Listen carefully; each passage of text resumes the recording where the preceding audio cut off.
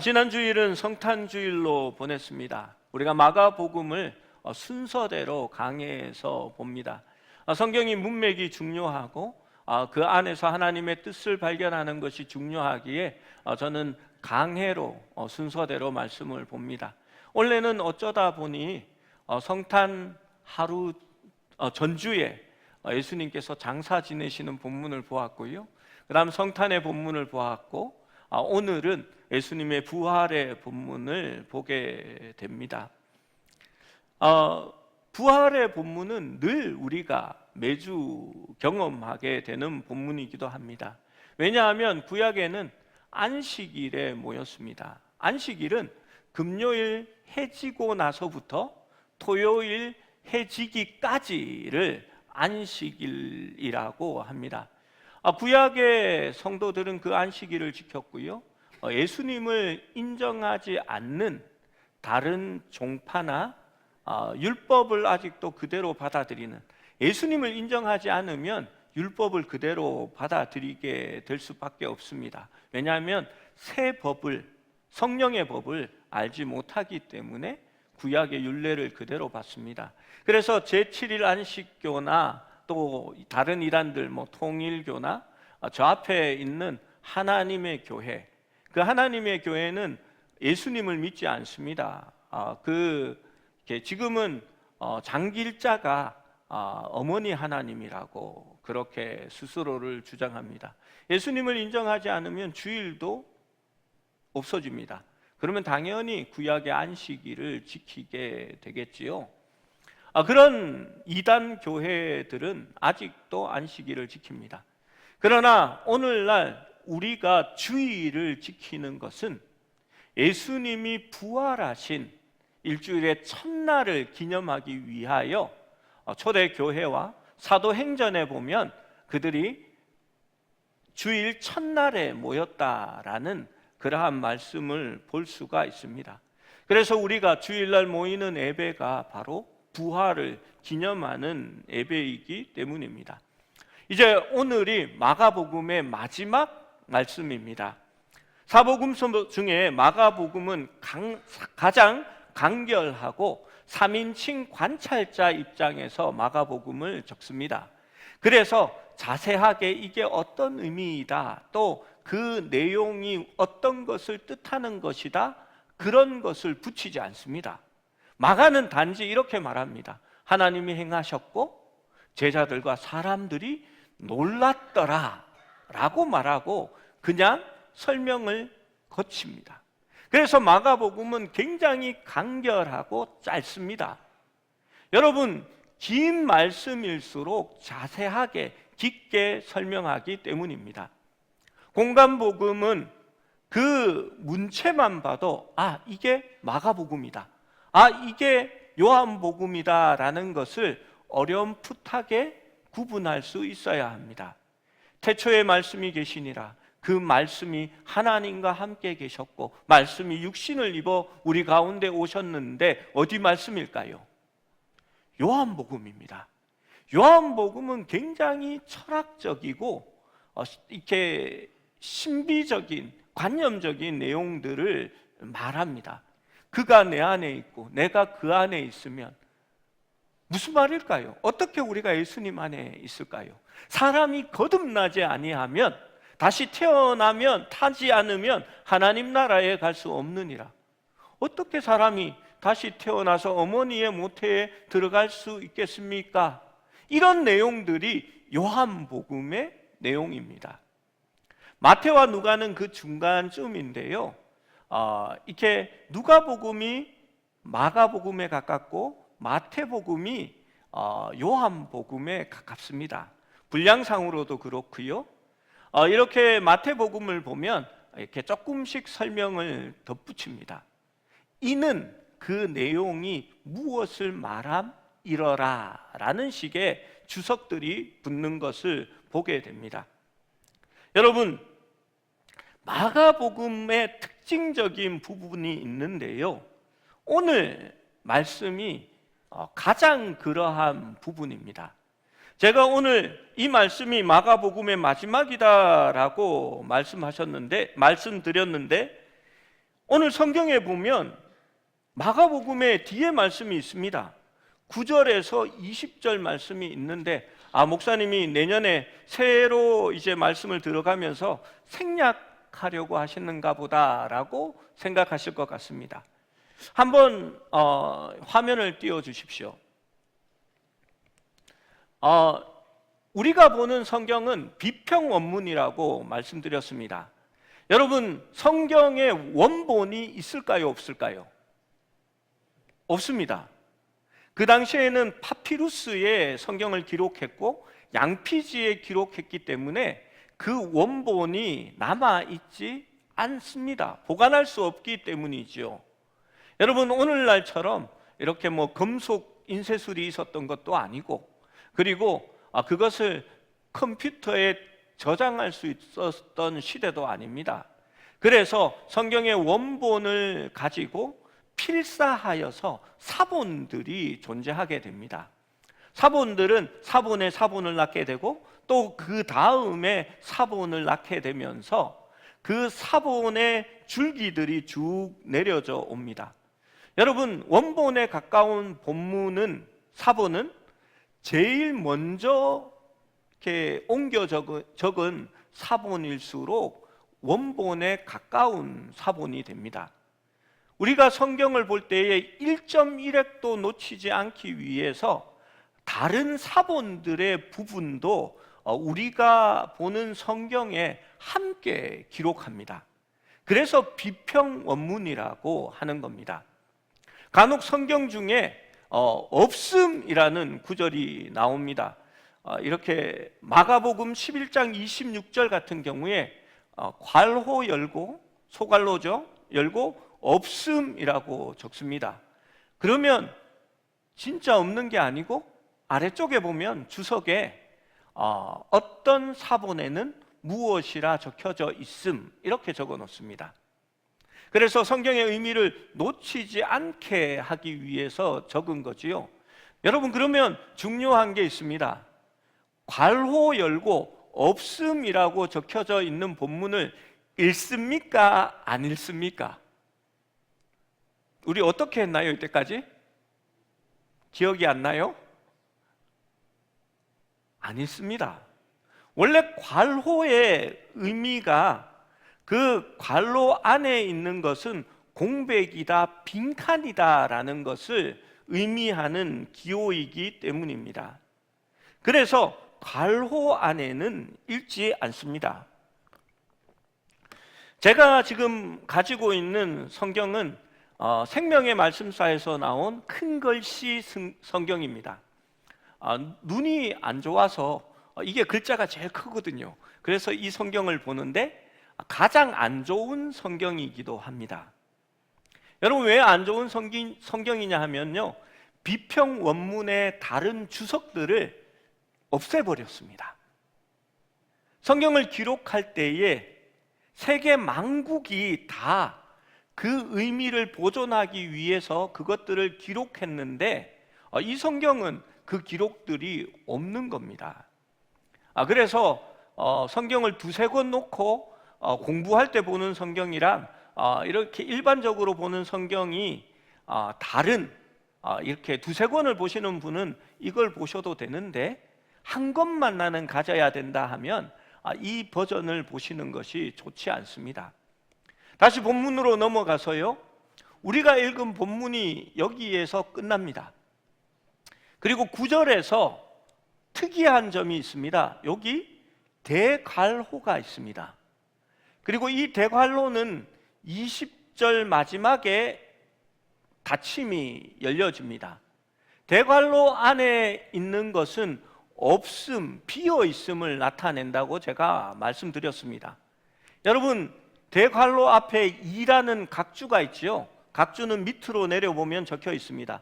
어떤 사본에는 9절에서 20절까지가 없음이라고 적어 놓았습니다. 여러분, 초기 사본에는 9절에서 20절까지의 말씀이 없습니다. 여러분, 일찍 적혀진, 일찍 원본을 옮겨 적은 초기 사본이 원본에 가까울까요? 아니면 나중에 적혀진 후기 사본이 원본에 가까울까요? 초기 사본이 원본에 가깝습니다.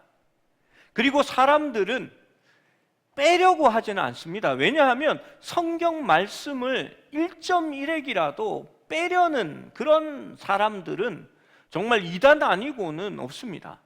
그런데 사람 욕심이 주석을 달려고 하는 경향들이 있습니다. 그래서 성경 말씀 옆에 요건 무슨 뜻이다 이런 것들을 다른 복음서를 빌어서 적는 경향들이 있지요. 그래서 9절에서 20절까지는 후기 사본에 있는 것들을 거기에 적어놓고 대괄호 안에 넣어서 후기 사본들에는 이 말씀이 없다라는 것을 표시한 겁니다. 그래서 저는 일부러 8절에서 마가복음의 본문을 마치려고 합니다. 그렇게 해야 마가복음의 구조에 대해서 오래 기억될 것이고 또 처음 새해에는 그 본문을 다른 말씀으로 본문을 볼 수 있기 때문입니다. 주일 아침 예수님께서 부활하시겠다라고 하신 그날 바로 막달라 마리아와 야고보의 어머니 마리아 그리고 살로메가 향료를 사서 예수님께 부으려고 왔습니다. 이들은 예수님과 함께 했던 여인들이었습니다. 15장 40절에 보면 십자가에 달리실 때에도 멀리서 지켜보는 여인들이 바로 이들이었습니다. 이렇게 여인들의 이름이 마가복음에는 두세 사람씩 반복하여 적혀져 있습니다.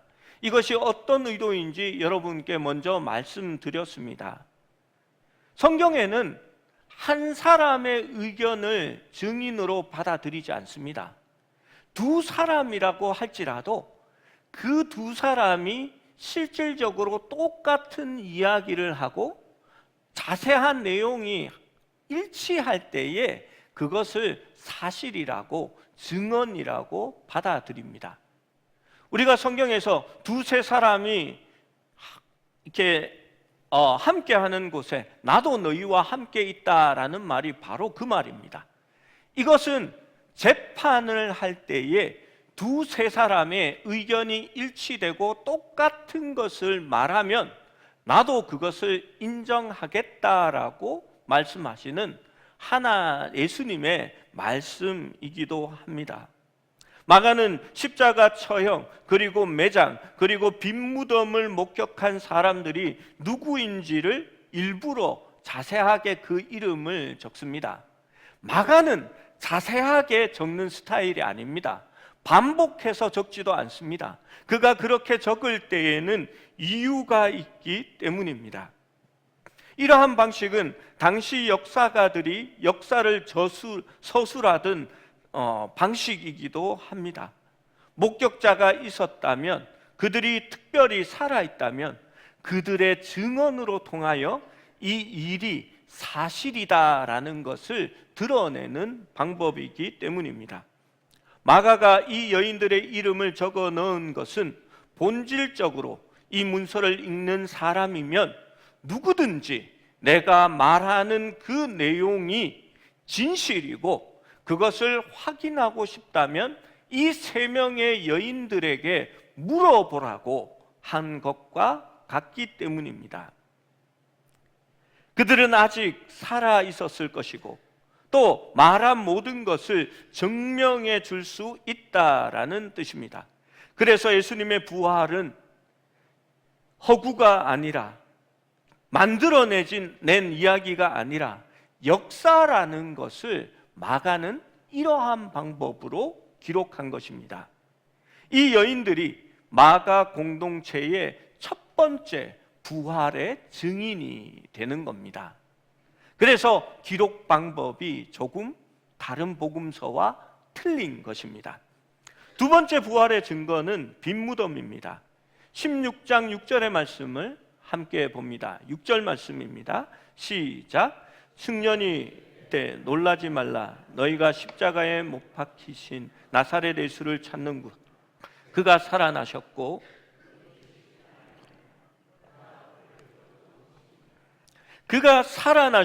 여기 계시지 아니하니라. 그 빈 무덤은 예수님이 계속 머물러 있어야 할 자리가 아니었습니다. 거기는 죽은 자가 있는 자리입니다. 예수님은 살아나셨고 그러기에 빈 무덤만이 남아 있는 것입니다. 예수님께서 제자들에게 나는 3일 만에 부활하리라 반복해서 말씀하시는 것을 우리는 보았습니다. 그것은 순한 예고이기도 했습니다. 마가복음 8장 31절, 9장 9절과 31절, 10장 34절, 14장 28절에서 예수님은 이미 부활하신다라는 것을 예언하셨습니다. 그런데 왜 제자들 중 한 명도, 단 한 명도 예수님의 부활 때에 그 자리에 오지 않았을까요? 그 말씀을 기억했다면 혹시 예수님 말씀처럼 부활했을지도 몰라, 한번 가보자, 그런 생각을 하지 않았을까요? 그런데 사실 제자들은 너무 빨리, 너무 멀리 도망해 버렸습니다. 그래서 예수님이 어디에 장사되었는지 그 무덤의 위치도 몰랐습니다. 만약 그 위치를 알았어도 로마 병사들이 거기를 지키고 있었기 때문에 더더욱 다가갈 그러한 엄두를 내지 못했을 것입니다. 16장 4절에 눈을 들어본 즉 벌써 돌이 굴려져 있는데 그 돌이 심히 크더라. 여러분, 아디마대 요셉과 또 다른 한 사람이 둘이 돌을 막은 것이 아니라 유대인들이 다시 찾아와서 예수의 제자들이 시체를 옮겨놓고 부활했다라고 이야기할 줄 모르니까 큰 돌을 병사들이 가서 다시 막은 겁니다. 여인들은 예수님께 다가가면서 누가 우리를 위하여 그 돌을 옮겨줄 수 있을까, 그것을 걱정하며 갔던 것입니다. 여기에서 돌을 치운 것은 사람이 아니라 초자연적인 사건이었을 것입니다. 그러나 돌이 치워진 것은 여자가 무덤에 들어갈 수 있기 위함이 아니라 예수께서 부활하셨음을 그들에게 보여주고 빈 무덤이라는 것을 나타내기 위함이었습니다. 궁극적으로 부활을 받아들이는 것은 예수님 자신을 받아들이는 것과 마찬가지로 믿음의 문제입니다. 빈 무덤이라는 개념은 부활하신 그리스도의 상징으로 기록되어집니다. 문성명이가 자기가 신이라고, 예수고 부활한다라고 얘기했지만 그의 무덤이 어디에 있는지 우리는 다 알고 있습니다. 장길자의 남편이, 이들이 서로 이혼하고 재혼한 거지요. 그 가정사를 봐도 말도 안 되는, 참 말하기가 부끄러운 내용입니다. 그 장길자의 남편이 자기가 예수라고 하고 부활했다고 얘기하지만, 그래서 하늘에서 이제 어머니 하나님을 공중에서 결혼할 날을 기다린다라고 하지만, 그 장길자의 남편은 전라남도 어디에 무덤의 위치가 있고요, 거기에 무덤이 아직도 있습니다. 그러나 우리 예수님의 무덤은 빈 무덤입니다. 인도에서 스탠리 존스 선교사가 노방정도를 하고 있는데 이슬람교 한 사람이 거드름을 피우면서 그에게 말했습니다. 우리는 당신네 기독교인들이 가지지 못한 것 하나를 가지고 있습니다. 스탠리가 물었습니다. 그것이 무엇입니까? 우리는 메디나에 가면 마호메트의 시체가 들어있는 관이 있어서 정말 마호메트가 사람이었고 역사적인 인물이라는 것을 알 수 있습니다. 하지만 당신네 기독교인들이 예루살렘에 가면 거기에는 빈 무덤밖에 있지 않습니까? 라고 얘기했습니다. 스탠리 선교사는 그때에 감격의 눈물을 흘리며 말했습니다. 감사합니다. 당신의 말이 그대로 사실입니다.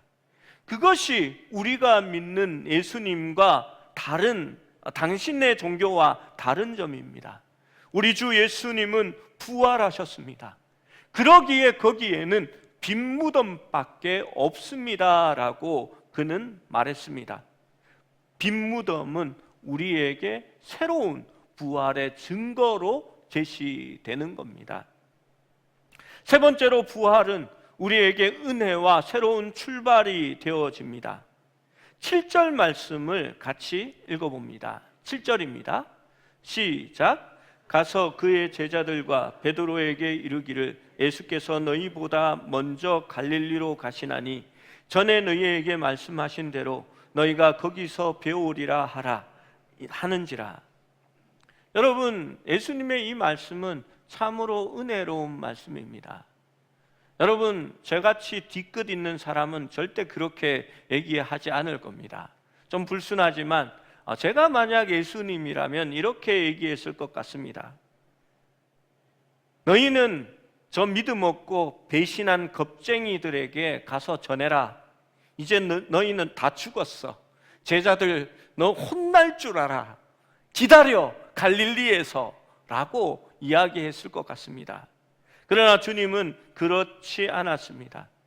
주님은 겁쟁이요, 도망자요, 배신자들을 통하여 큰 은혜를 베풀고 다시 하나님의 놀라운 일을 시작하려고 하십니다.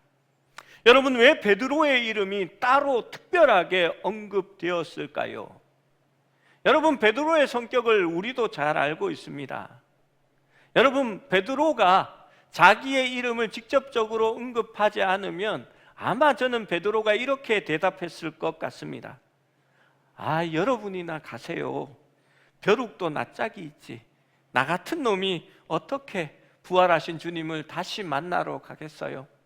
나는 이제 제자는 걸렀어요. 그러니까 여러분이 제자 하시고 저는 저 뒤에서 혼자서 알아서 조용히 믿기나 할게요 라고 했을 것 같습니다. 그런데 주님은 그의 이름을 직접적으로 넣어서 호명하십니다. 거기에 주님의 의지와 은혜가 담겨 있는 것입니다. 하나님의 놀라운 계획에 너를 사용하시겠다라고 말하는 것입니다. 여러분, 이 부분이 은혜가 되어지는 것은 무슨 이유일까요? 이 마가복음을 처음 받았던 공동체는 로마에 있는 교회였습니다. 바로 베드로가 사역했던 교회이기도 합니다. 그 당시 로마는 핍박 가운데 처해져 있습니다. 많은 사람들이 그리스도를 배교하고 또한 주님을 모른 채 하면서 핍박을 피해서 배신하고 달아났을 것입니다. 그러나 주님은 그들을 다시 부르시고 모으시기를 원합니다. 갈릴리에서 만나기를 원합니다. 주님을 모른 채 하고 배반했던 그 사람이 베드로였고, 그들이 로마 성도들에게 가장 존경받고 있었던 사도이었으며, 그가 어떻게 다시 세워졌는지, 어떻게 다시 부활 후에 부르심을 받았는지 알아가는 내용은 그들 모두에게 은혜와 격려를 주었을 것입니다. 여러분, 많은 사람들이 내가 선하면, 도덕적으로 영적으로 완벽하면 하나님께서 사용하신다라는 생각을 하는 경향이 있습니다. 여러분, 그런 사람들의 관점에서 보면 실패와 배신은 고통스러운 경험이며 하나님께 버림받은 이유라고 생각되어집니다. 여러분, 사실 그렇지 않습니다. 예수님의 구원은 당신이 자신의 연약함을 인정하고 자신의 무능력을 인정하며 구원자가 필요함을 인정하게 될 때에 우리에게 임하는 하나님의 풍성한 은혜이기 때문입니다. 대학부를 다니면서 저의 동기들과 제 한 해 후배들이 유독 선교사로 많이 헌신했고 목사로 많이 서원했고 또 신학교도 함께 갔습니다. 저는 4명의 친구들과 함께 신학대학원에 합격해서 함께 다녔고, 저희 동기들도 그 다음 해에 차례차례 신학대학원으로 들어와서 많은 사람이 목사가 되었습니다. 후배들도 그렇게 했습니다. 많은 사람들이 그 교회에 특별한 능력이 있었고 하나님께서 그 교회를 사용하셨다라고 말했지만 사실 그렇지 않았습니다. 우리는 대학 생활을 통하여서 실패도 맛보았고 하나님을 때로는 배반했기도 했고 하나님 앞에 무책임한 이야기를 쏟아내고 싸우기도 했습니다. 그리고 그러한 일들이 우리에게 은혜가 되었고 그럼에도 불구하고 우리를 부르시는 하나님 앞에 굴복하고 그렇게 하나님 앞에 헌신하게 된 것입니다. 지금도 그때 일을 우리는 생각합니다. 우리가 잘나서 대단해서 그런 것이 아니라 하나님의 은혜가 우리를 불러주었고 다시 세워주었다라는 것을 늘 고백하게 되는 것입니다. 여러분, 마가복음의 마지막 말씀도 그러합니다.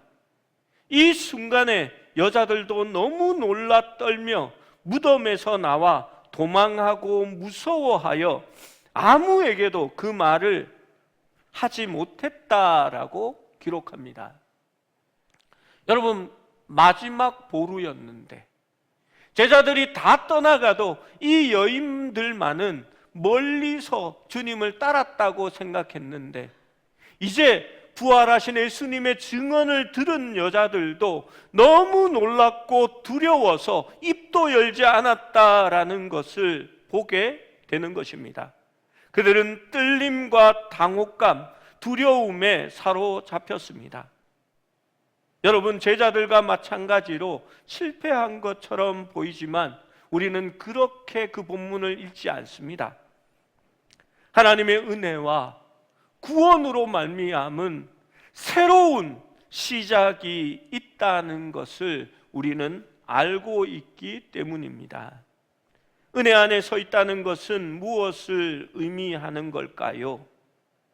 그리스도를 통해 화평을 이루고 그분의 의로 덮인 하나님의 자녀들에게 하나님이 베푸시는 자비와 용서가 끝이 없으며 그 은혜 안에서 우리가 살아간다는 의미입니다. 그래서 그리스도 예수 안에 있는 자들에게는 결코 정죄함이 없는 것입니다. 그리고 이렇게 마가복음이 마무리가 됩니다. 이상하죠? 뭔가 뒤에 덧붙이고 싶지 않습니까?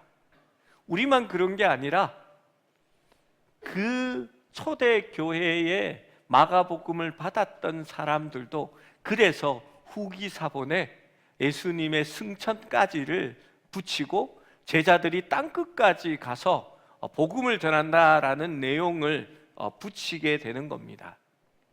그런데 여러분, 마가복음을 보면 당연한 마무리라는 생각이 들게 됩니다. 마가다움 마무리라고 보는 거지요. 여러분, 시간이 없어서 제가 이렇게 빠르게 그냥 몇 개만 얘기하겠는데요. 마가복음은 늘 사실을 기록하고 그 다음에 그들이 놀랐다, 떨었다, 당황했다, 그래서 도망했다, 두려워했다라는 것으로 본문을 매점을 짓고 있는 것을 우리는 알고 있습니다. 1장 22절에 사람들은 예수님의 가르침에 놀랐다라고 매점합니다. 1장 27절에는 귀신을 쫓아내심 때문에 놀랐고 2장 12절에는 중풍병자를 고치심 때문에 사람들은 놀랐고 두려워했습니다. 또 4장 41절에는 예수님께서 폭풍을 잠잠케 하심에 제자들이 그가 누구인가 하고 두려워하였습니다. 5장 15절에는 예수님께서 그라사의 거린에게 악령을 쫓아내어 돼지들에게 보내자 두려워하였습니다. 5장 33절에는 혈루증에서 고침받은 여인이 떨림과 두려움 속에서 고백하는 장면이 나옵니다. 5장 42절에는 제자들과 그 소녀의 부모들이 그 딸의 부활에 놀랐다고 기록합니다. 6장 51절에 무리를 그르시자 그들은 완전히 놀라고 두려워했다라는 말로 매즘을 합니다. 9장 15절에는 사람들은 예수님을 보고 놀라움에 압도되었다라고 기록합니다. 9장 32절에는 제자들은 예수께 죽음과 부활에 대해 묻기를 두려워했다라고 그 본문을 맺습니다. 11장 18절에는 대제사장들과 율법학자들은 무리가 예수님의 가르침에 놀라워했기 때문에 예수를 두려워했다라고 맺고 있습니다. 12장 17절, 14장 50절, 52절, 또 15장 5절, 6절에서도 그들은 놀랍고 두려워했다라고 그 본문을, 사건을 매즘하고 있는 것입니다. 그리고 우리가 본 16장 8절 마가복음의 마지막에도 부활하신 주님에 대한 증언 때문에 그 여인들이 몹시 놀라 떨며 무서워했다라는 것으로 마가복음을 매즘하고 있는 것입니다. 갑작스러운 결말은 복음서의 마가복음의 갑작스러운 시작과 매우 잘 어울립니다. 마가복음은 예수님의 사역 이전에 있었던 일을 기록하지 않습니다. 예수님이 어떻게 탄생했는지, 그의 유년 시절이 어떠했는지에 대하여 마가복음은 기록하지 않고 시작하면서 바로 세례 요한의 이야기부터 시작했듯이 마칠 때에도 예수님의 부활 이후의 사건들에 대하여는 기록하지 않고 있는 것입니다. 결말을 둘러싼 비밀과 신비는 마가복음 전체에 스며든 메시아의 비밀과도 잘 맞아떨어집니다. 그것이 바로 오늘 말씀의 마가복음의 마무리라고 볼 수 있는 것입니다. 여러분, 마가복음은 열린 결말로 끝이 납니다. 사도행전처럼 말입니다. 그래서 사도행전은 28장에서 끝이 나지만 우리는 늘 사도행전 29장을 우리가 기록하며 산다라고 얘기합니다.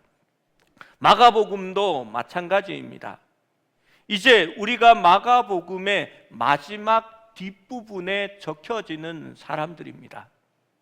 예수의 죽음과 부활을 들었고 목격했고 믿어서 우리가 놀랐고 두려워했으며 그 복음에 대하여 어떻게 반응하였다라고 우리의 모습이 그 빈 공란에, 갈로 안에 적어 넣어지는 겁니다. 여러분, 갈로 안은 읽지 않습니다. 어떤 의미는 없음이라는 내용이 되어집니다. 그러나 우리의 인생에 있어서도 없음이 아니라 분명히 있는 놀라운 반응이기 때문입니다. 그리고 마가는 그 반응이 연쇄적으로 계속해서 일어나기를 원하고 있는 것입니다. 그리스도의 왕되심과 구원을 선포하는 데마다 다시 갈로 안에 적혀지는 놀라운 사람들의 반응이 거기에 나타나기를 원하는 것입니다. 여러분, 우리가 그분이 부활하신 메시아임을 고백하고 놀라며 새로운 부활의 삶을 살아갈 수 있기를, 그리고 그 관로가 우리의 내용으로 기록되어질 수 있기를 주님의 이름으로 소망합니다.